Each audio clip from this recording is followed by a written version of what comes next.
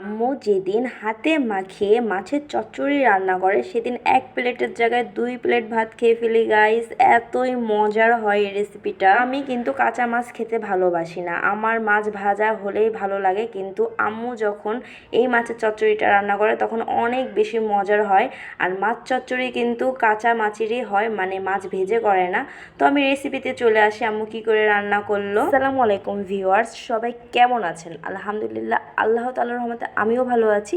তো ফার্স্টেই আম্মু বাটা মাছ কিছু ধুয়ে নিয়েছে, তারপর একটা প্যানে দিয়ে নিয়েছে, তারপর বেশ কিছু পেঁয়াজ কুচি কাঁচামরিচ কুচি দিয়ে নিয়েছে, তারপর পেঁয়াজ আর কাঁচামরিচ বাটা দিয়েছে, তারপর সরিষা বাটা দিয়েছে, তারপর দিয়ে নিয়েছে আদা রসুন বাটা। পেঁয়াজের মানটা একটু বেশি দিয়েছে কারণ হাতে মাখানো তরকারিতে পেঁয়াজটা বেশি দিলে ভালো হয়। তারপর বাকি মশলাগুলো দিয়ে দিয়েছে হলুদের গুঁড়া, শুকনা মরিচের গুঁড়া, আর স্বাদ মতন লবণ, আর তেজপাতা ছিঁড়ে দিয়ে নিয়েছে।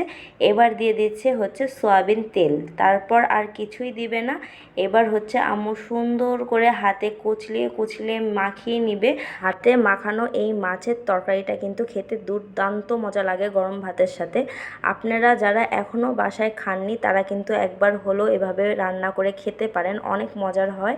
তো আমার আম্মু কিছু কুচু কেটে দিয়েছে, মানে কুচুর গাটি সুন্দর করে ছিলে কুচি কুচি করে কেটে দিয়ে নিয়েছে। আপনারা খালিও রান্না করতে পারেন বা যে কোনো তরকারি এভাবে কুচি করে কেটে মাখিয়ে বসিয়ে দিতে পারেন। আমার ভাইয়ের কচুরটা অনেক পছন্দ, তার জন্য যে কোনো তরকারিতে আম্মু রাখে অল্প হলেও। আর হাতে মাখানো তরকারিটা যত সুন্দর করে মাখিয়ে নেবেন কচলে ততই কিন্তু মজার হয়, তার জন্য আম্মু সময় ধরে সুন্দর করে মাখিয়েছে।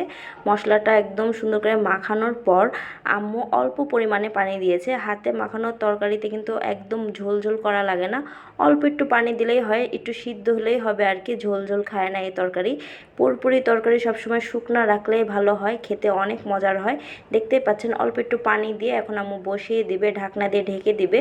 আর এটা নাড়াও লাগবে না, কারণ নাড়া দিলে কাঁচা মাছ তো ভেঙে যাবে, নাড়াচাড়া করা লাগবে না। যতক্ষণ না শুকিয়ে যাচ্ছে ততক্ষণ রেখে দিবেন চুলার আঁচে, একদম মিডিয়াম আঁচে রাখবেন।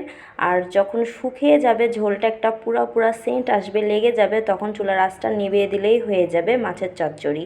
মাছের চচ্চড়ি কখনো ঝোল খায় না, একদম পুরাই খায়, কিন্তু এটাই বেশি মজা লাগে। তো আজকের রেসিপিটা আমার কেমন লাগলো কমেন্ট করে জানাবেন। তো ভিডিওটা আজকে এখানেই শেষ করছি। ভিডিওটা ভালো লাগলে লাইক ফলো শেয়ার করে দিন, আর যারা ইউটিউব থেকে দেখছেন তারা চ্যানেলটাকে সাবস্ক্রাইব করে দিন। দেখা হবে নেক্সট কোনো ব্লগে, ততক্ষণের জন্য সবাই ভালো থাকুন, সুস্থ থাকুন, আল্লাহ হাফেজ।